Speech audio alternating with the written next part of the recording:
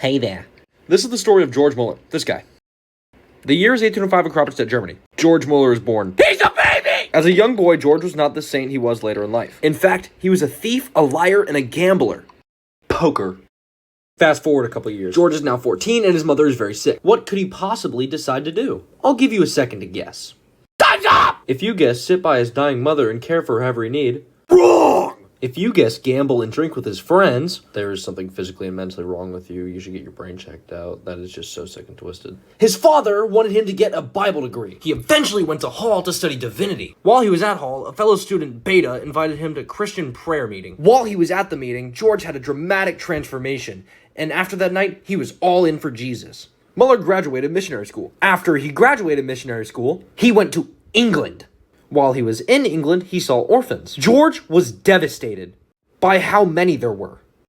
Suddenly, George had heard a voice. It was God telling him, "Go, baby boy, open an orphanage."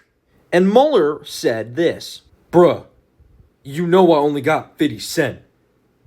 However, while he was saying this, he knew that God would provide everything he needed. So he trusted that voice, and he opened an orphanage. Fast forward a couple more years. George wakes up one day to the news that his orphanage that had 300 kids at that point was out of food.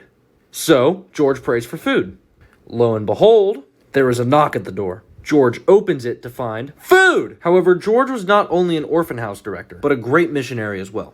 He also got married sometime between when he started an orphanage and now, and also she's dead, and he remarries.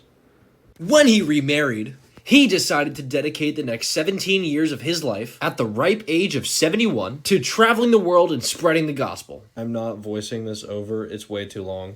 In total, he traveled 200,000 miles during his missionary trips. Sadly, George Müller eventually died on March 10th, 1898. However, his legacy will live on forever.